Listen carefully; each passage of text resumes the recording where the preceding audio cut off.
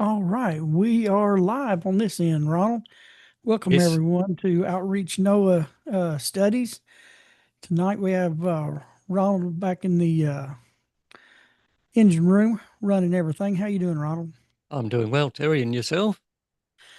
Oh yeah, been slow at work for the last few days. I've been having to sit at the computer and watch for emails and answer the phones a lot. So it's a little different from what I'm normally used to. Comes Linda. Right. Well, keeps the mind active, doing something different. Well, today, I mean, like I said, it was kind of been a little bit slow, and so I had my one screen. I had all my work stuff on. Of course, so there's the phone, and I have to pull orders off the printers when they come through. So it was slow. So I had some websites up on my other screen where I was sitting and doing some reading. I found me some websites. I don't have to take any of my books with me. I looked up a few things and I thought, oh, these are online. So I just saved them to my bookmark. So if I got slow days, I can sit there and watch everything and read too. So Well, that's helpful too, isn't it? Kill two it birds is with for one me because, stone and get some study done. yep, a lot of guys just sit there on their phones and stuff. And I'm like, no, man, I want to read. I got several things I'm studying and everything. So I'm like, I went online and found I had online versions of them and saved them in my bookmark. So when I have slow days and had just having to sit there and just just look, I'm making use of my time for me. Yeah, why not?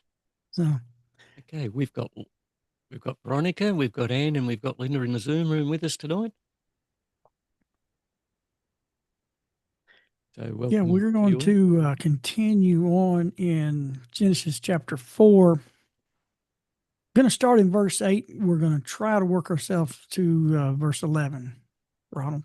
If we can Okay. get to that, because I'm trying to save at least 12 and 13 together for next week, if God willing. Yeah. Anything come in through the emails? No, no, I checked before on remembered to check earlier. No, we're clear there. If you have any want to make contact with us, you can email us at outreachnoah@gmail.com. And this recording will go to air in the next 48 hours on Power Faith Radio.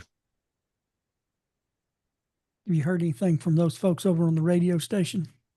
No, no, Okay. no. And I don't know if Oh, Scotty has either, but nothing's Scotty's come got through his from hands them. full right Yeah. now.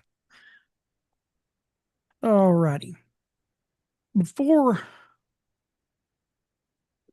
we get right into verse 8, I wanted to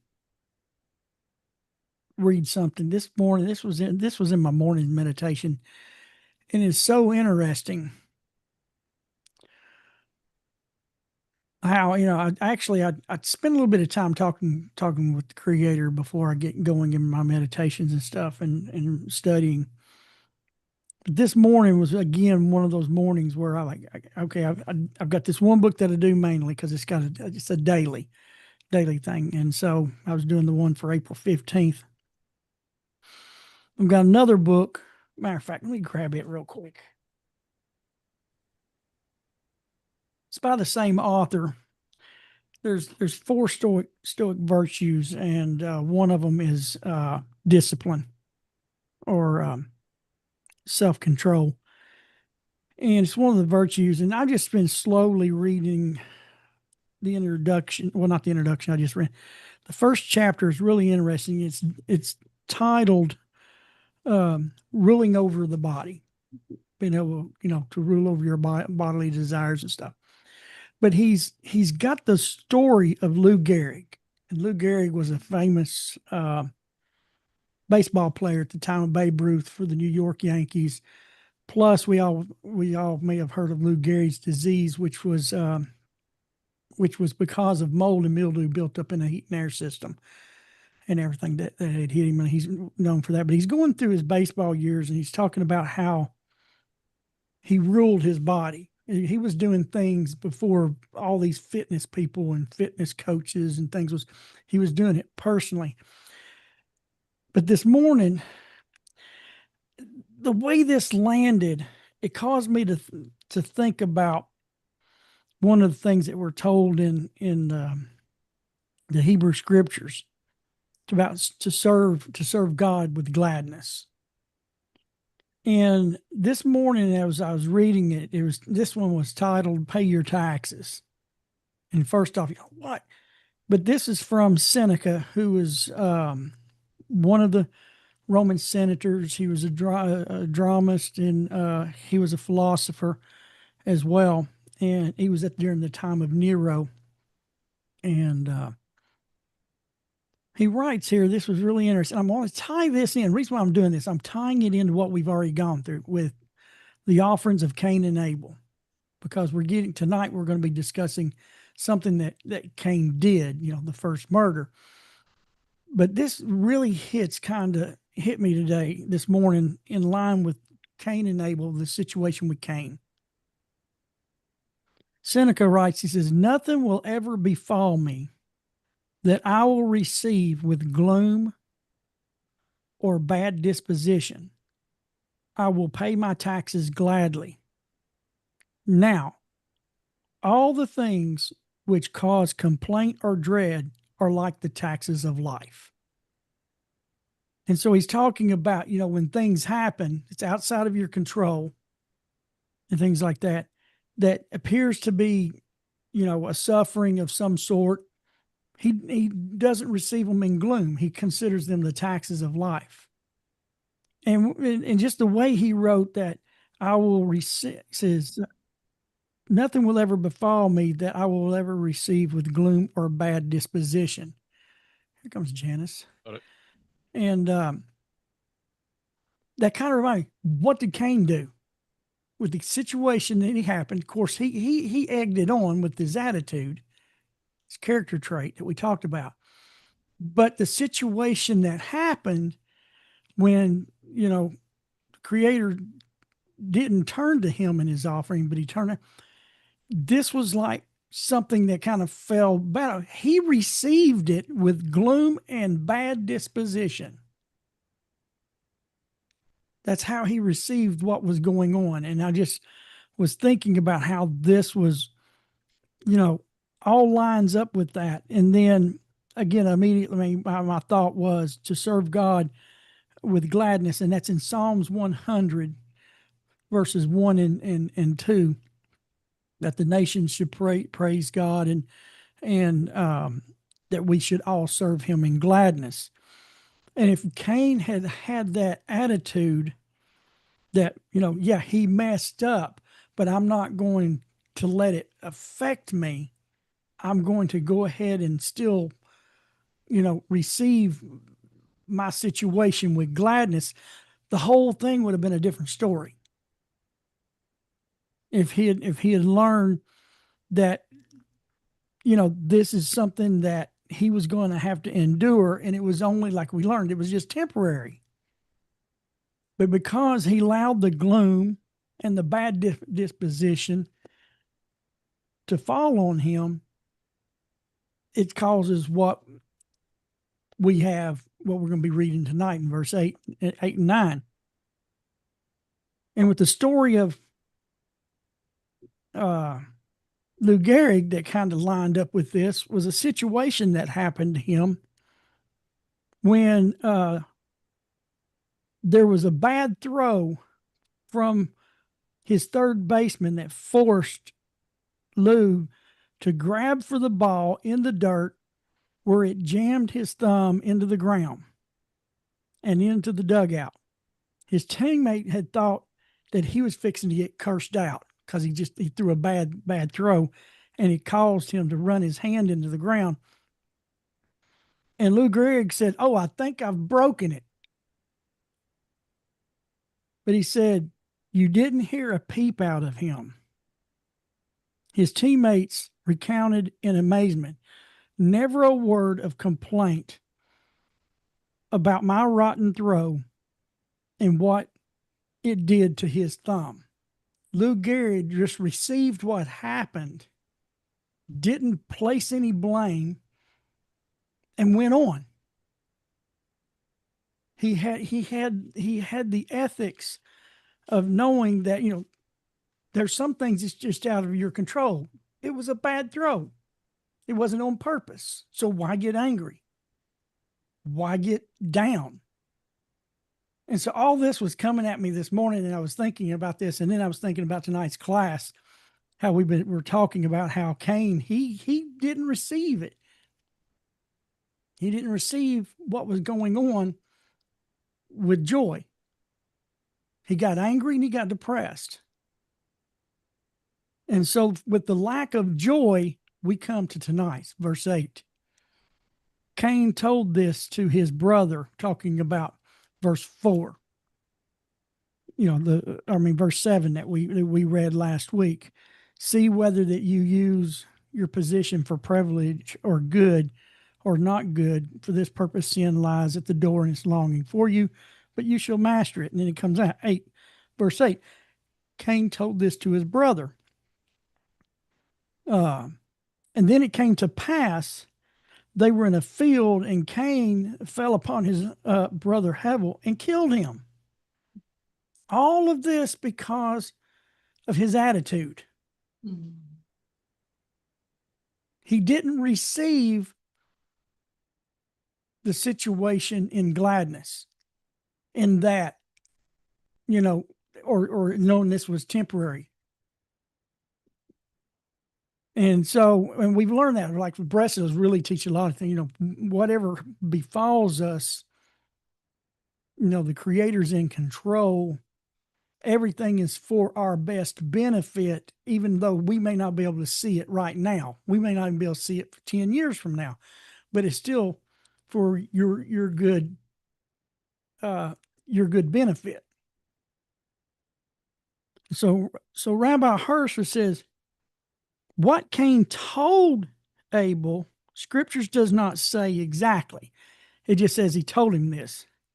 But in all likelihood, he told him what was stated in verse 7, what God had said to him. This is reasonable to assume, since what God said to Cain pertained also to Abel. So if we go back and we look at verse 7, where it says, surely you know that if you do good, you'll be forgiven, but if you do not, then sin, rests at the door.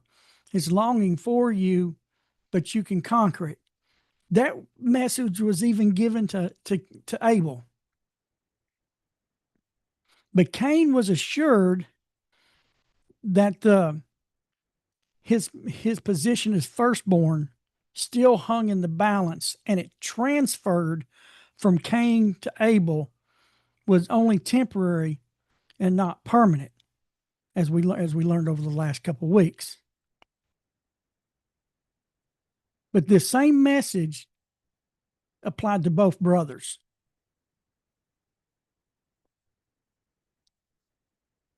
Now, Scripture does not say that there was a quarrel between them. The expression Cain rose up against implies the opposite. This expression occurs also in an incident with Shaul in the cave in 1 Samuel 24:8. I think I've got that up. 1 Samuel, let me make sure it says, 1 Samuel 24:8. And the same wording that's used here, where it says Cain fell upon his brother, the same Hebrew is the same Hebrew that's here in 1 Samuel. It says, and David stayed his men with these words, and he did not allow them to rise up against Saul. And Saul arose from the cave and went away. So this rising up against Saul is the same words that was used here when Cain rose up against Abel. Same Hebrew sentence. And Rabbi Hirsch says, and therefore this denotes a surprise attack. It was a surprise attack. It literally means to rise up and go toward another.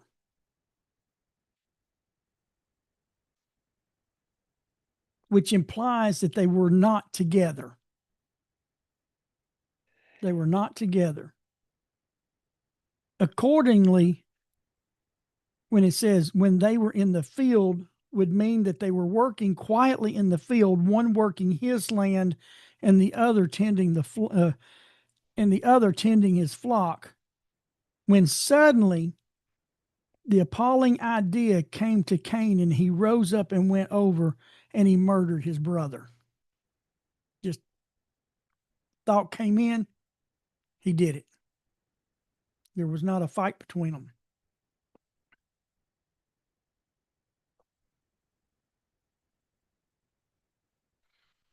Verse 9 says, and God said to Cain, where is Abel your brother?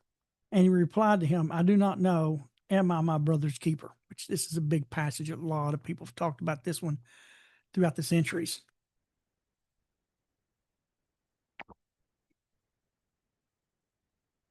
Rabbi Hirsch goes on and says, God's question, where is Abel your brother? Cain's answer reflects the depravity of the murder and a direct warning at all parties, a warning at all parties to a quarrel. Each one must know where the other one is. God's question would have been justified even if nothing had happened. And then comes the answer. I do not know.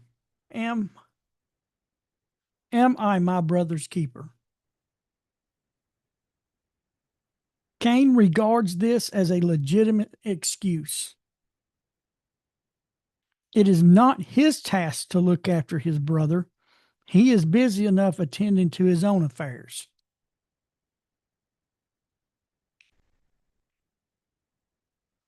Rabbi Hirsch goes on, the cold-blooded egoism expressed in this answer serves as a warning. Whoever does not care about his fellow man, whoever adopts the motto, every man for himself, is not far from the hatred that impels a man to murder. Even the one closest to him when he feels that the latter stands in his way. Just the mere fact of saying every man for himself is hate toward your brother and incites one to have thoughts of murder if they get in the way.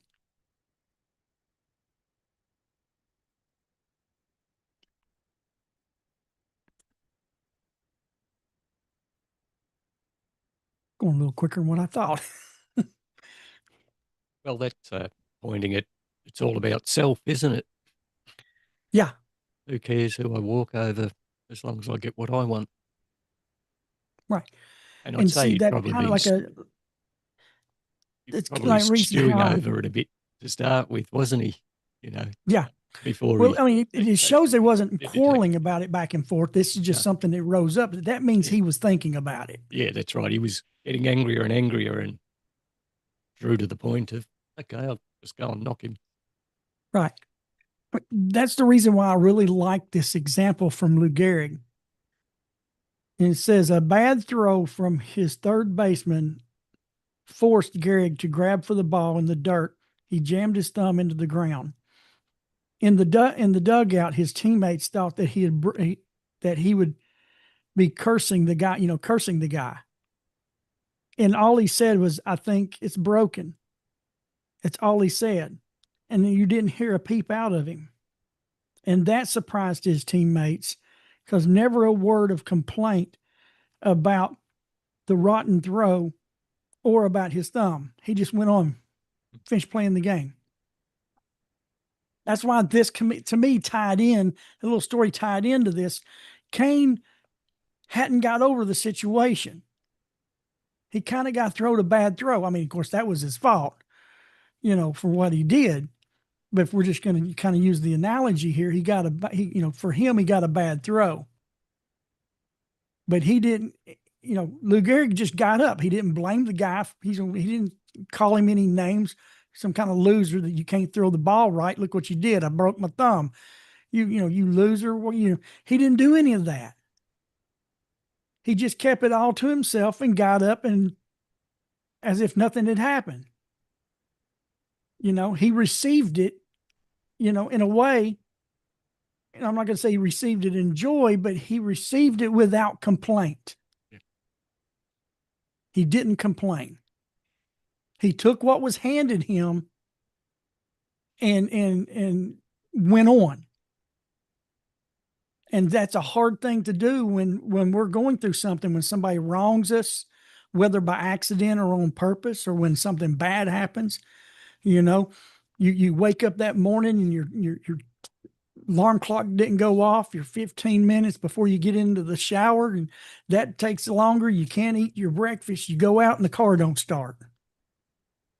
You see how that's one of the things I'm learning with the Stoics is all these things is beyond your control. And so many people want to control that which is uncontrollable. And that's what causes our sufferings. It's one thing I'm learning. We suffer. We interject more suffering with our own imaginations on things we can't control. Instead of like him, he couldn't control that throw. He couldn't control how he went after, he just dove and what the result was at. But he didn't complain when everything was done and said, the bad throw, the hurt hand, he didn't complain. He went on. And he didn't have the bad imaginations that would have made his emotions go astray, and could have caused a fight. Baseball's really big about running out of the dugouts and getting in a brawl. Of course, this was his own teammate, though. But that's why when I read that this morning, I'm like, oh, this is tying in so much in with tonight with the situation that Cain just, he didn't receive his instructions from God very well. And because of that, it escalated to the point that a thought of murder came in his head. They wasn't fighting and he killed his brother because he was fighting. No, he just fell on him and killed him. Without Abel having really any defense. It just happened. And so we can just see here how his not receiving the instructions from the Creator caused him to escalate with his motions and with his thoughts, and they got out of hand. And it's just like I saw a cartoon on one of the articles I was reading today. The reason why I thought that the car didn't start was this guy was supposed to be delivering some food, and his car, wouldn't start. And he's out there beating the car with a tree limb. Like, what good's this is going to do? His emotions just went. I mean, like I said, it was like a little cartoon carriage, but it was giving a good point. And how many times have we done that when something out of our control, we go out, oh, it doesn't start, I'm late for work, and then, our stack blows. We're kicking the tires, we're throwing our purses and our things and our keys. And like, how many times that happened?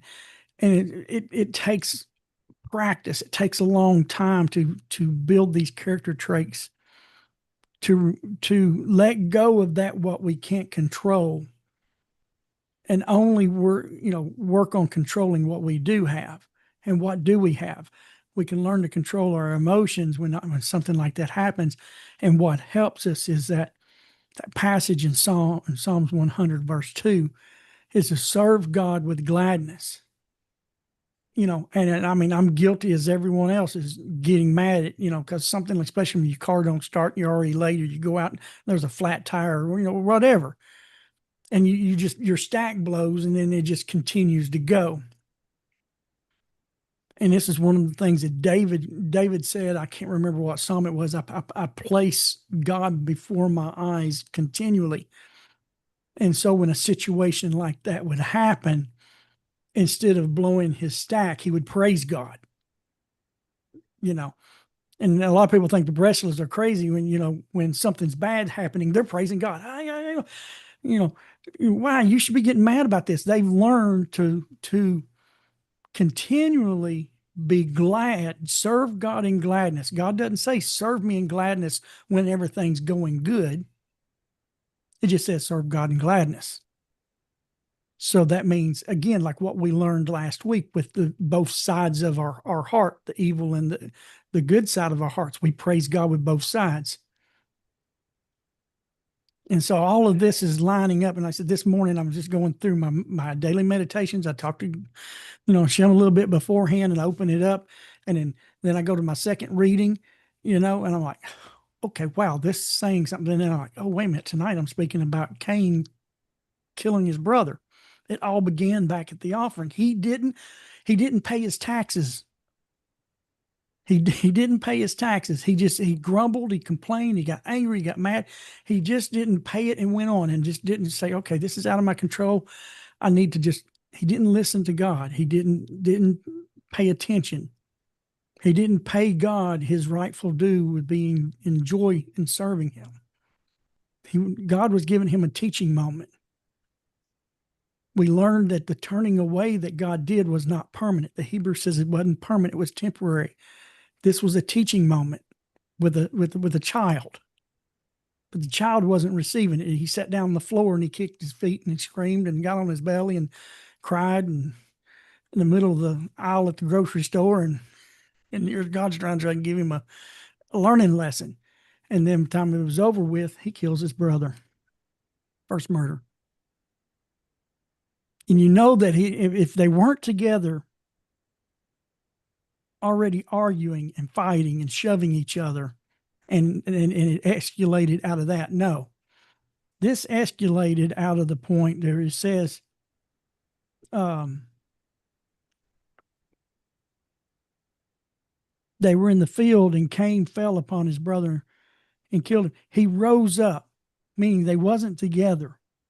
So it tells you he was off somewhere else ruminating over what just happened in what we call the last few verses.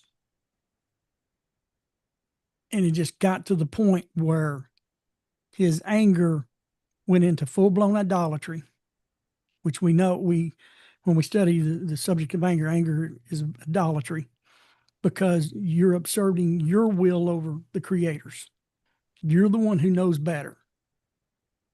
Believe me, when I was going through my angry spell with my wife being verbally and emotionally abused at work by a manager, and I was at the point where I was at the point I almost was going to go to jail.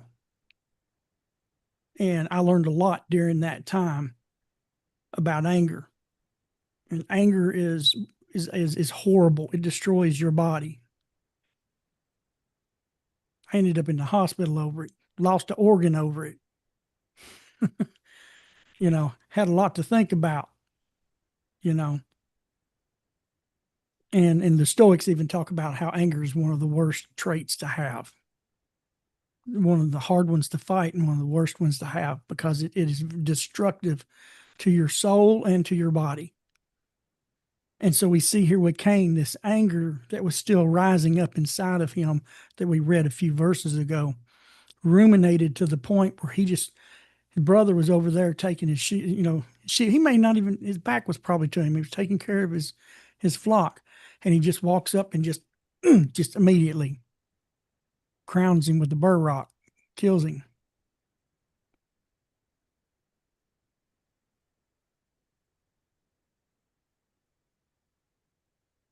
Verse 10, and he said,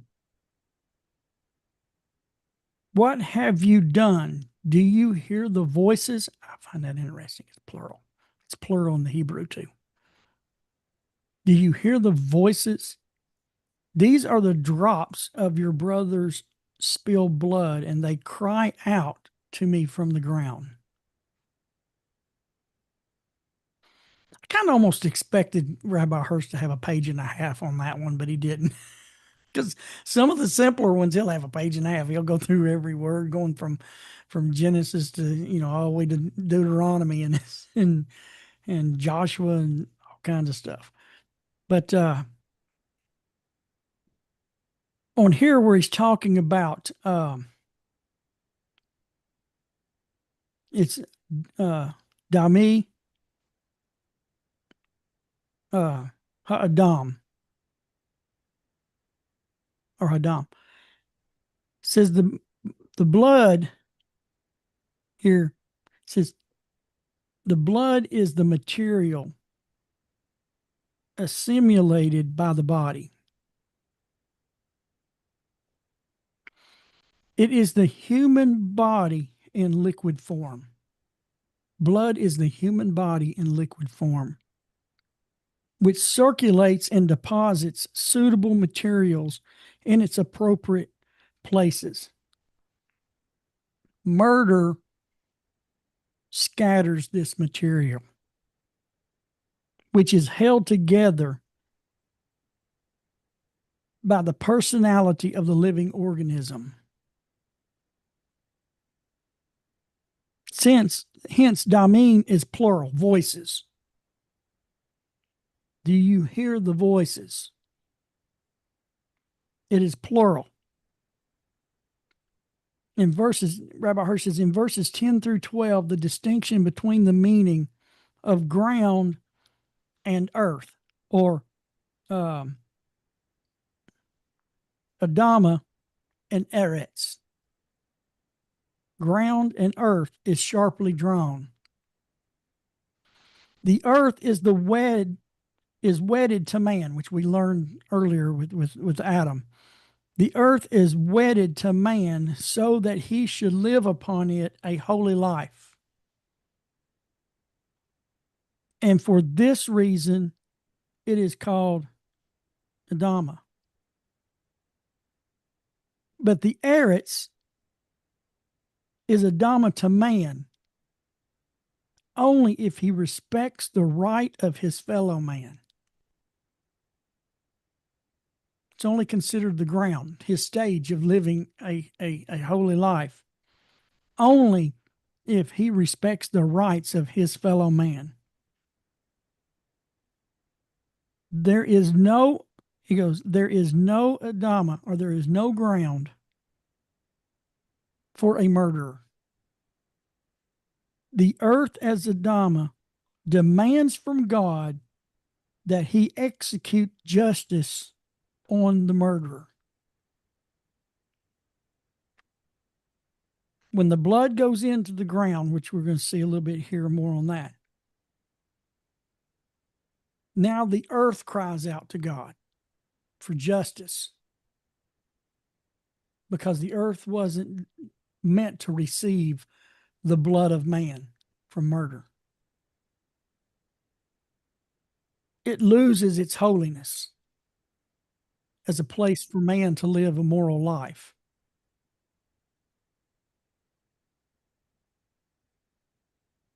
Oh, it looks like Ernestine's coming in. All right, there's Ernestine. Welcome, Ernestine.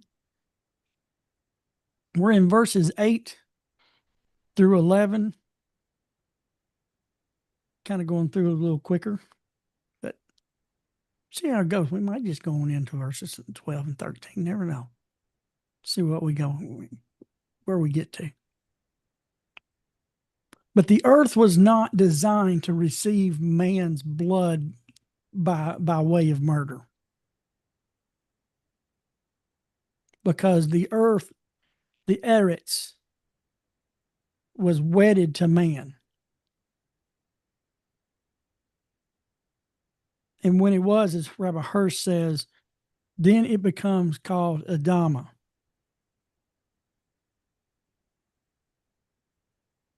And it only stays at that point as long as we respect the rights of our fellow human being.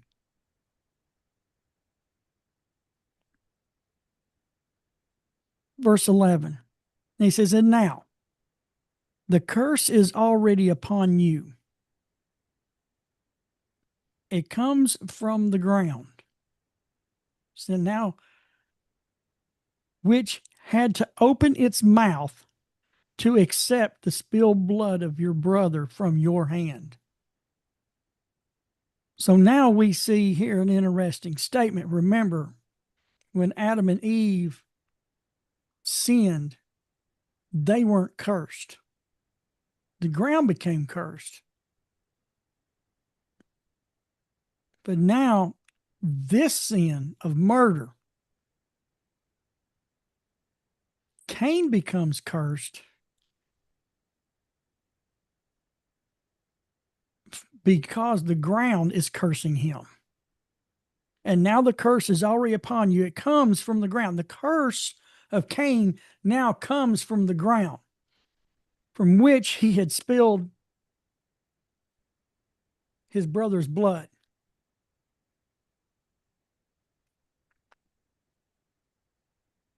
So Rabbi Hirsch says, is now cursed are you. There is no need for God to pass a sentence upon him.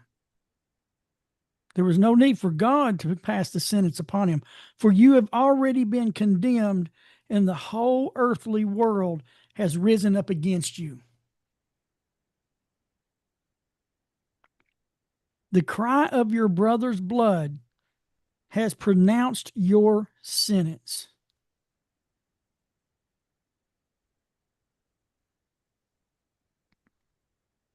And just think about today. I wrote this down just as a thought when I was going through this the other day. Think of all the murders that has been going on for centuries now. So we can actually say humanity's blood still cries out. All the senseless murders that's gone on. And I'm not talking about the wars that were wars a different situation. Even if you're an aggressor or you're a defender, war is a different situation. Murder is murder. It's violent. It's the taking of an innocent life. And so this has not stopped since the time of Cain and Abel. The earth still cries out. The blood still cries out, the innocent blood that is spilled. We may not hear the voice, but God does.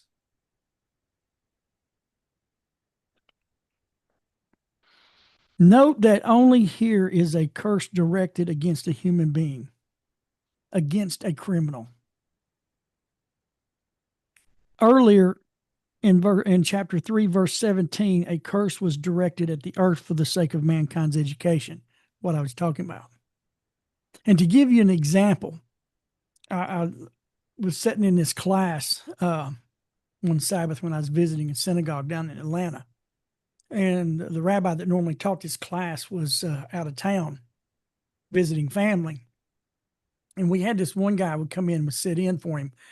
Boy, he gave some really great messages. Actually, I mean, what few times I've heard him speak, I think I remember almost everything that he said in each of those times because they were so good. So the lessons were so good. This one day, he came in and he was talking about the destruction of the second temple, which we know, those of us who have studied the Hebrew scriptures and have studied the true history of Israel and everything that's gone on, it was destroyed because of baseless hatred. It's called Derek Eretz. I've even got further details that I have studied in the line that they were violating what's called Derek Eretz, the law of the culture, law of the land.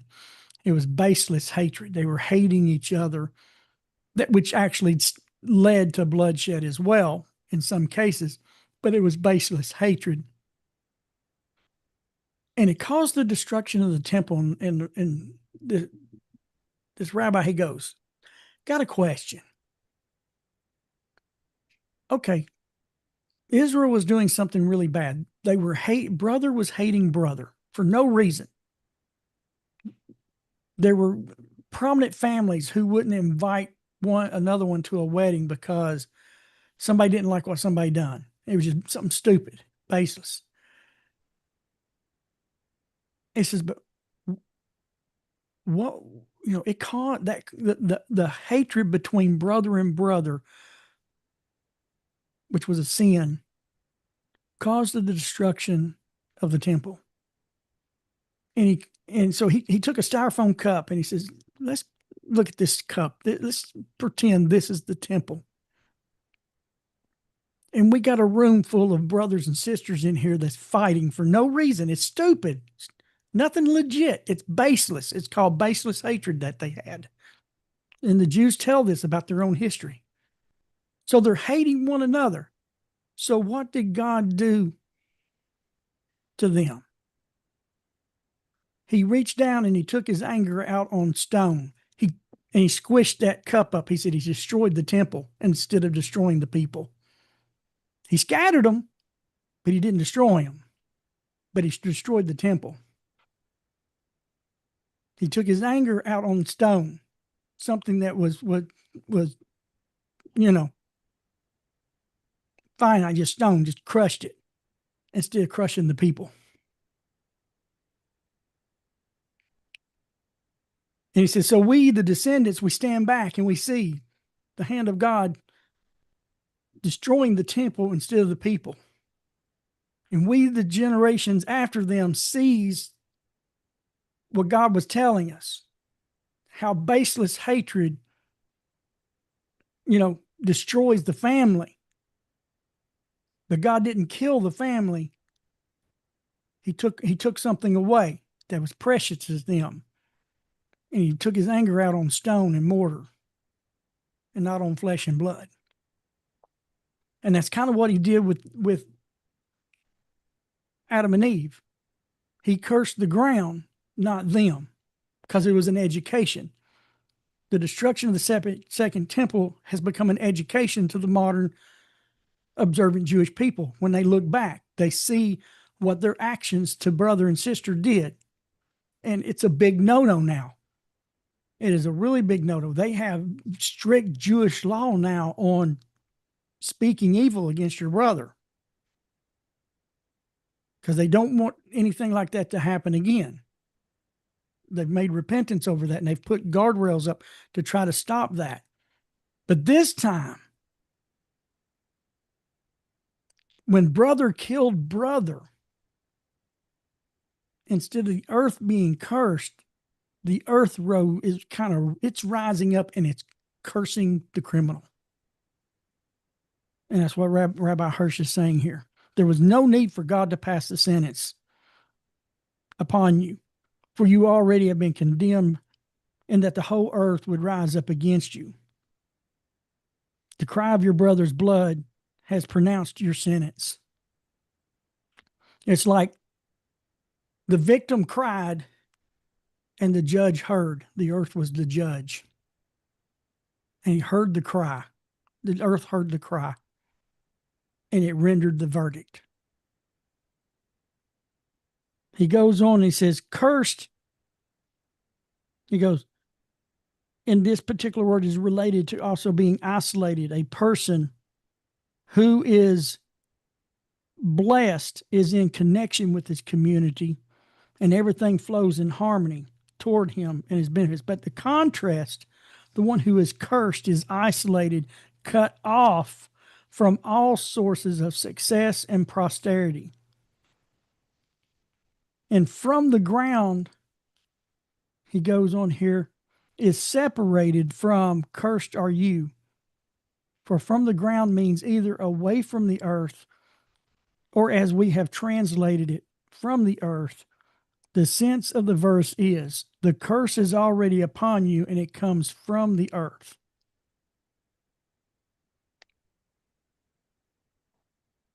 And it says, and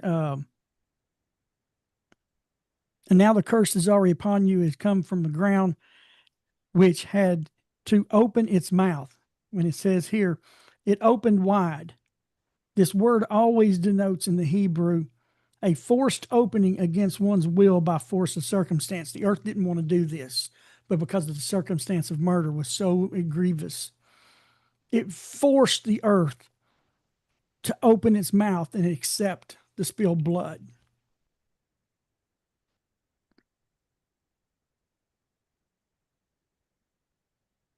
He goes on and says, the earth was forced to open its mouth and you forced it to accept your brother's blood from your hand.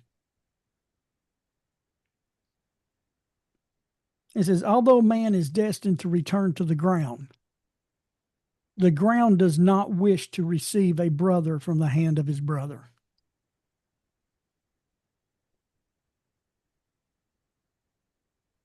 Although man is destined to return to the ground from which he came, the ground does not wish, the earth does not want to receive a brother from the hand of a brother.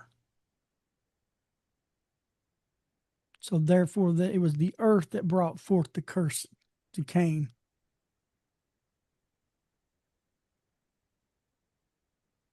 It rose up against him. And as Rabbi Hirsch says, there was no need for God to do it because the ground had already done it.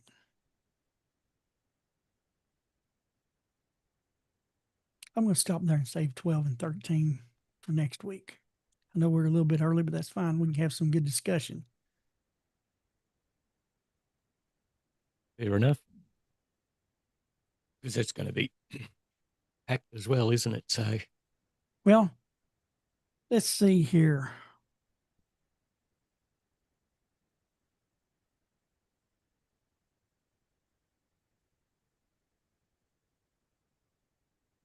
Not too bad.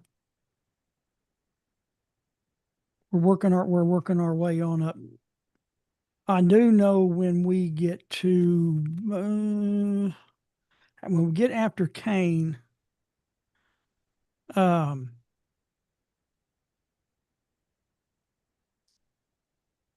we get up to Enosh, I'm going to spend some time there because with Enosh is when idolatry was brought into the world. When we get up to Enosh, here on down the road, I'm going to be spending some time with that because it's a really important lesson. And I'll read the Ramban's teaching on the Enosh, the grandson of Adam, and everything that he did that brought idolatry. So I'm looking forward to that. It'll be our next big section. That was going to be really good. But yeah, I mean, it's, I'm trying to think of that phrase. It's a phrase my dad used to tell me when I was a teenager.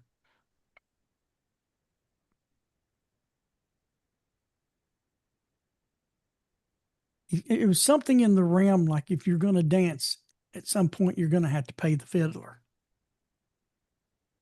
And that just all plays in with what I was reading my morning meditation on, where Seneca said that he would not receive anything that befell upon him with gloom or despondency, for he considered those things to be the taxes of life.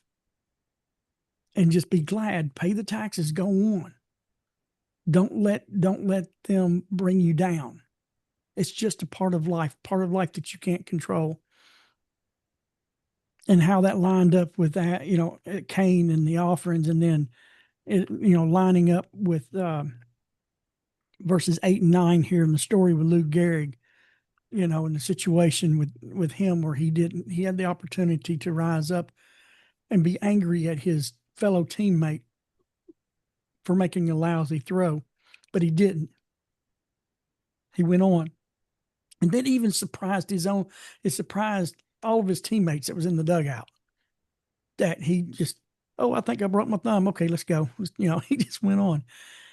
And we see just the difference in attitude, that a person who was self-disciplined enough not to allow a bad situation become worse. He accepted it and he went on. No matter how angry he could have gotten at his teammate for making a bad throw, it couldn't unthrow the bad throw. It couldn't undo the fact that he jammed and almost broke a finger. He couldn't. So no matter of anger would have been justified it wouldn't have fixed anything. And so we see with the situation with Cain, it was his attitude going in that he decided to bring a lazy offering, and that's what it was. It was a lazy offering. But with Hashem turning away, should have spoke to him and let him learn, but he didn't. He just let it continue to fester.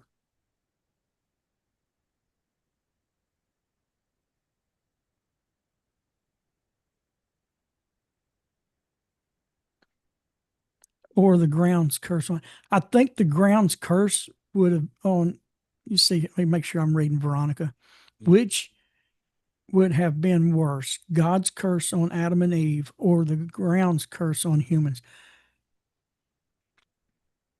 Well, I just off the top of my head with what we've read, I feel that it would have been the worst with the ground's curse. The ground's curse on humans, because the ground was the stage, is the way Rabbi Hirsch puts it. It was the stage for man's moral training to learn. It's where he learns to rectify his deeds and returns back to God. And if the ground would have cursed the humans, they would not have had that stage to rectify their sins. Does that make sense? So we're now when he does that make sense? What I said, Veronica?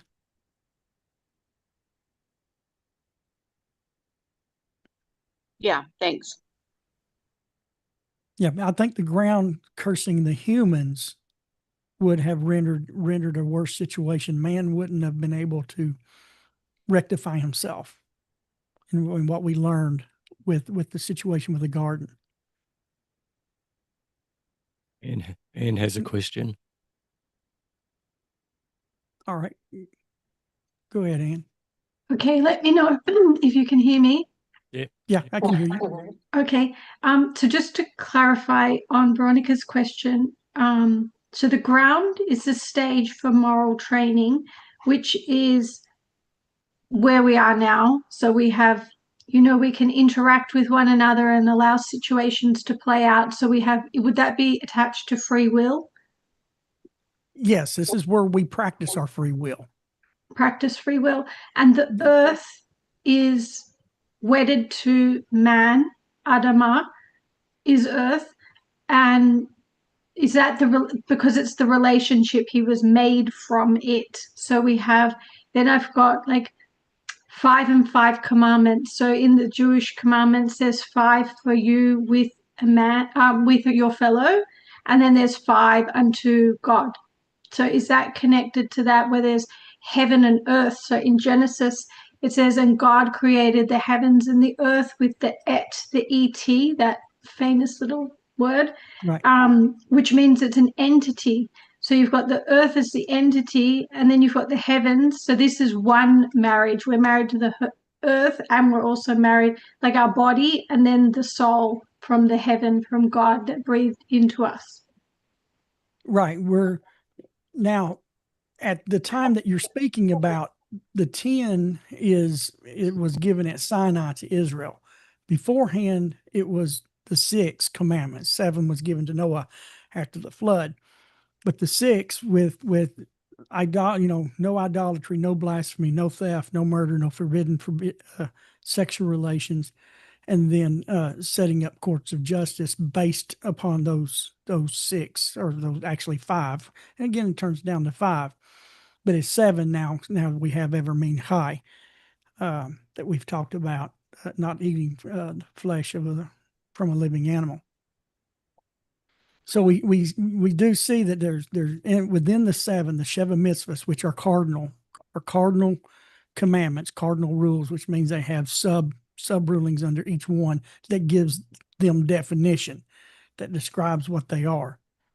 But we have in the 7 that we have today after the flood, the nations have the 7, which 2 pertains to heaven and 5 pertains to man. So still 5 pertaining to man. Okay, thank you. So 5 for the earth and 2 for heaven. Mm-hmm. 5 and 2. In our Sheva mitzvahs, yeah. Yeah. Thank you. And then the other one was, you mentioned blood and the voices plural. What are those voices, the plural voices you were referring to? Let's see. I was hoping he would get a little bit more into that, and I didn't get a chance to look at my Rambam and see what he had. Let me come back over here. Where was that at?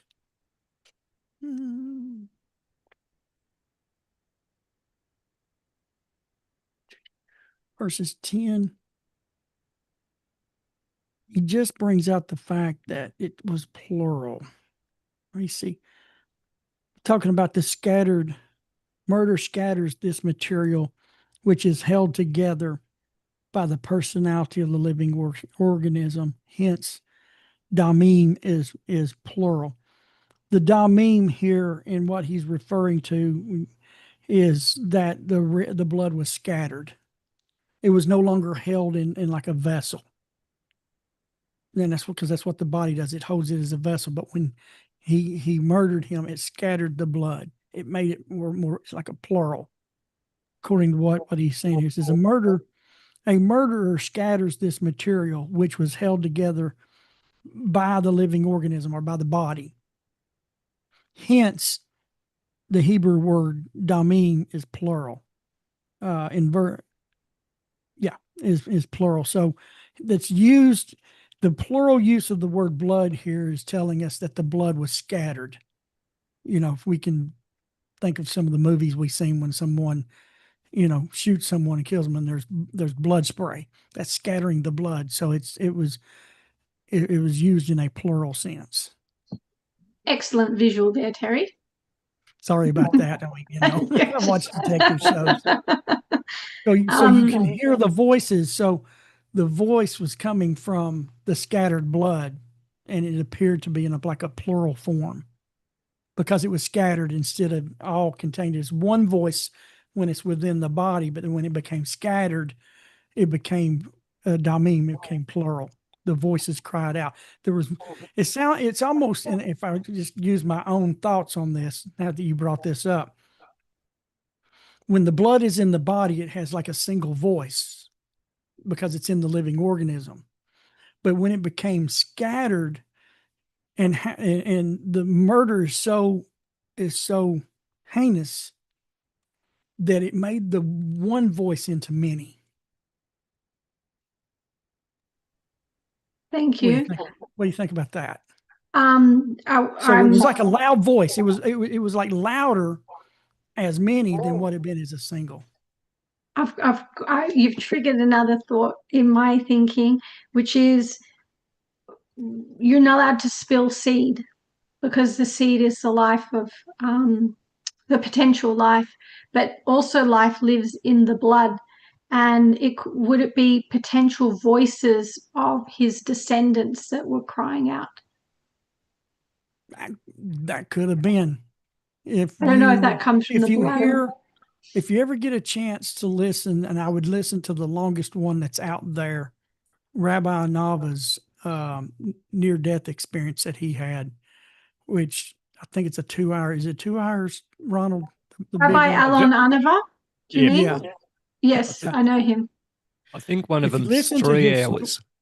Is it 3 hours? I think there's a 3. I've seen a number. I've seen 2, and I'm sure I've seen a 3 hour one as well. It was a 9-hour story, 9 hours, and he reduced it to 3. Yeah. If you get a chance, I think he talks about some stuff like that in that. It's been years since I've listened to it, but it sounds like it brings back a memory that I think he talks about all these different things in that near-death experience that he had. It was really, really amazing for him as a Jew, what he went through and his responsibility before God.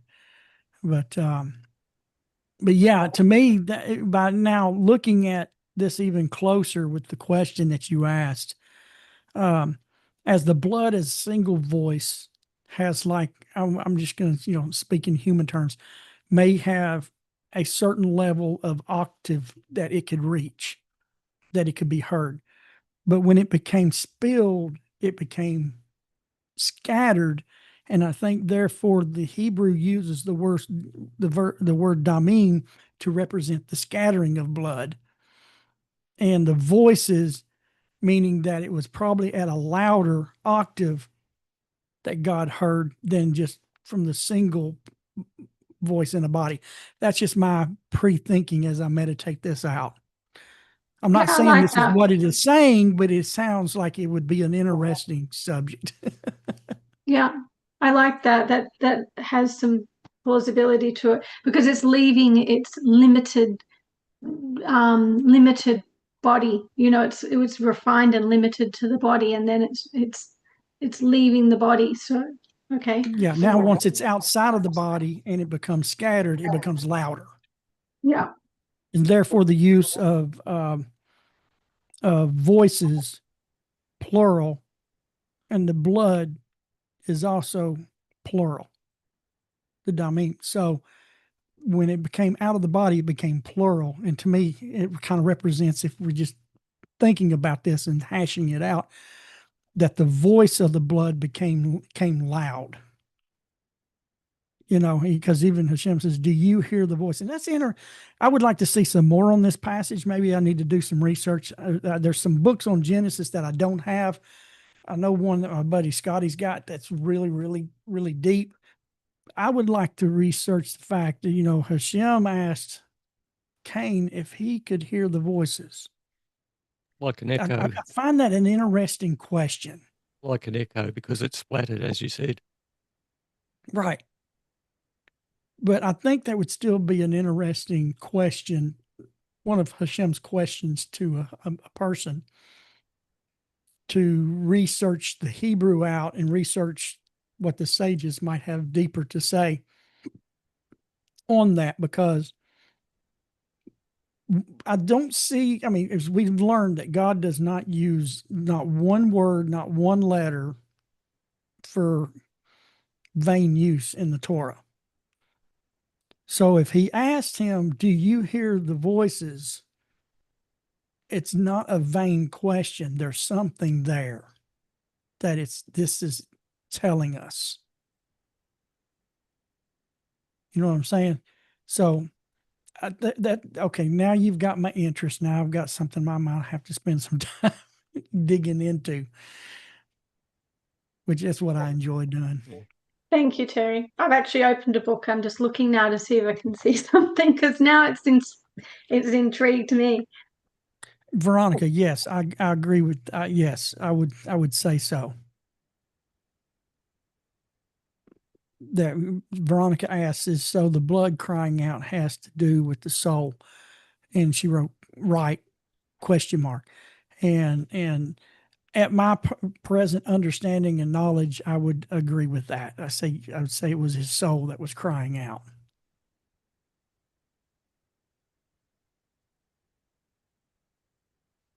That's why I thought it was the soul, because Abel had no descendants. All his descendants lost their possibility of Mhm. life. And then somehow they must have been transferred to Shem. Seth. I don't know. It gets a little bit deeper into that stuff there, but yeah, there's still more to learn. That's what I love about Torah. I mean, we could start back right now. We could probably start back with verse 1 and come back forward again and learn something we didn't know before. That's what Torah's. Terry, you've shown me a whole new world of Genesis just from going through this. Thank you. Yeah. Anybody else have any questions? Anything come over the YouTube there? No, we're right Okay. there. Okay. But it is timely, because the way the world is at the moment, it's so easy to get angry with what's going on around us. But it's And out how- of our control. That's right. Since I've started learning some things, I've quit listening to as much Yeah. Noise. Yeah. I'm gonna call it noise. Yeah. I'm learning to push back the desire to listen to the noise. There's certain things I will go and listen to. But I was just like one thing after another for a while, you know, just, I want to hear this. I want to hear this. And then I'm like, you know, and then I've started my path on what I've been learning on self-discipline, on learning to cut the noise out and silence. I mean, there's times when I'm laying there in bed at night before I'm going to sleep, I'm listening to the silence. And I've never really done that before. Over the last few weeks, I'm training myself, and I keep myself from having my thoughts. I stop my thoughts. I've learned my mind goes 900 miles an hour, 24-hour days, 7 days a week. I'm constantly thinking because I'm studying, I'm learning, I'm thinking about something all the time. So the first time in the last few weeks, I've learned to stop the noise going on in here, and I've stopped putting in a bunch of noise, and I'm taking time, like Rabbi, I think it's Marcus Aurelius talks about, taking time to just listen to the silence.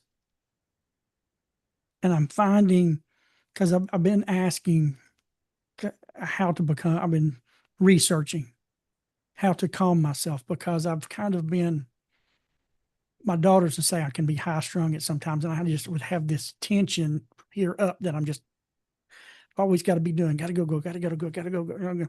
And I've been that way most all my life. And for the first time, I'm learning to try to stop. And I've noticed the last 2 days going into work, has been real calm. Things going on in traffic around me, I used to just yell at those folks and give them my peace of mind like they could hear me. And I'm just like been sitting back, hands on the steering wheel, and I just been kind of going with the flow and just relaxing. And for the first time in my life, I've been experiencing some calm that I've never had. But that comes from me at night saying, listen to the silence. And I try to do that. And just like I fade off to sleep without all this noise in my head that's always been there. Because I would lay there till 4 o'clock in the morning thinking about things. And finally, I'm starting learning to shut that down and like, no, you're not going to do that anymore.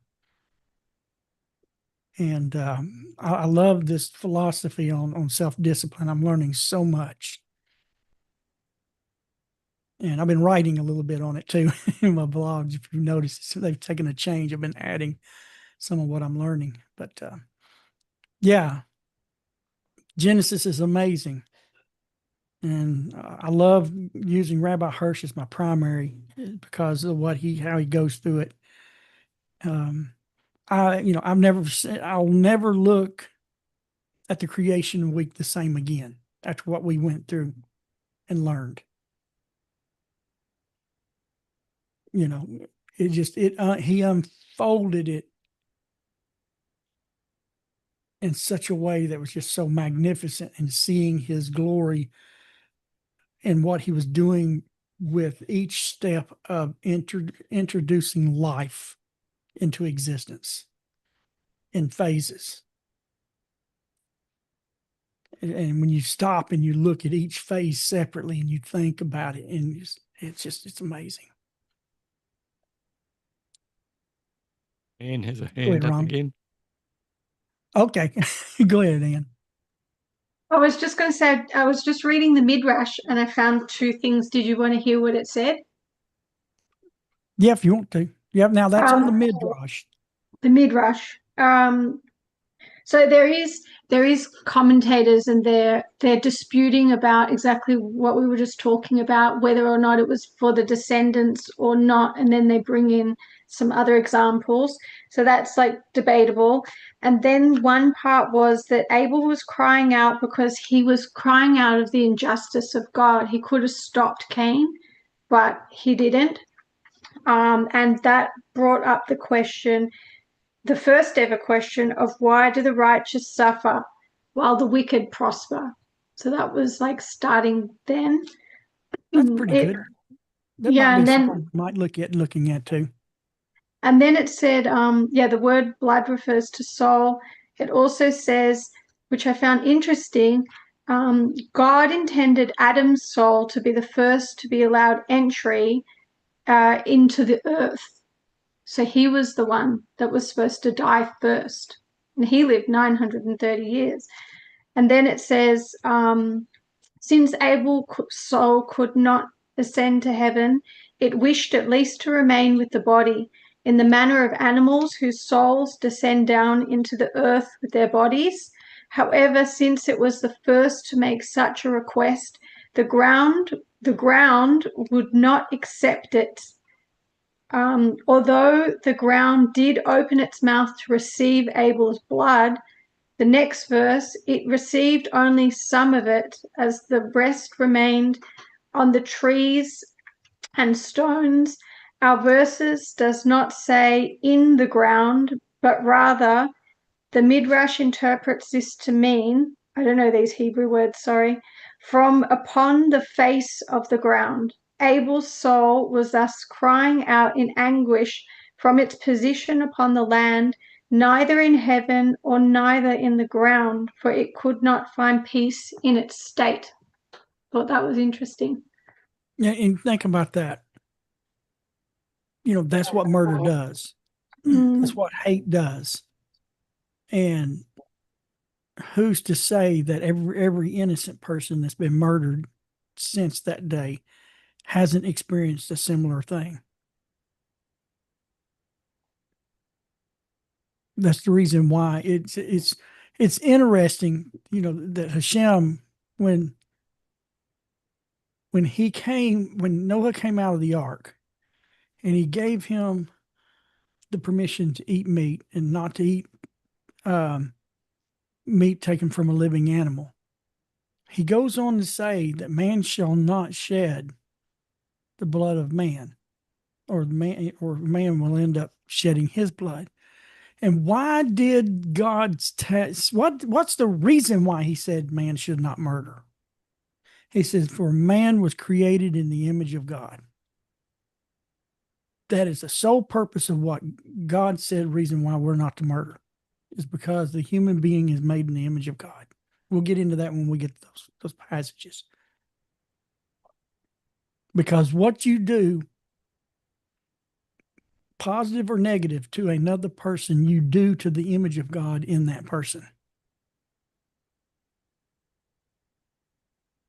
And so that even takes it even a little bit deeper, even with what happened with Abel.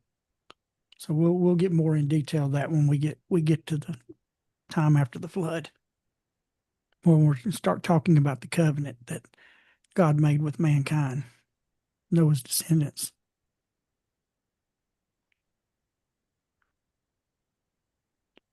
All right, Ronald, it's almost 15 after. Yeah.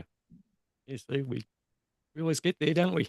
Looked like it's going to be short. It was sort of Yeah, I something mean, 15 minutes before the hour. yeah, I mean, I But now we're nearly enjoyed 15 after it.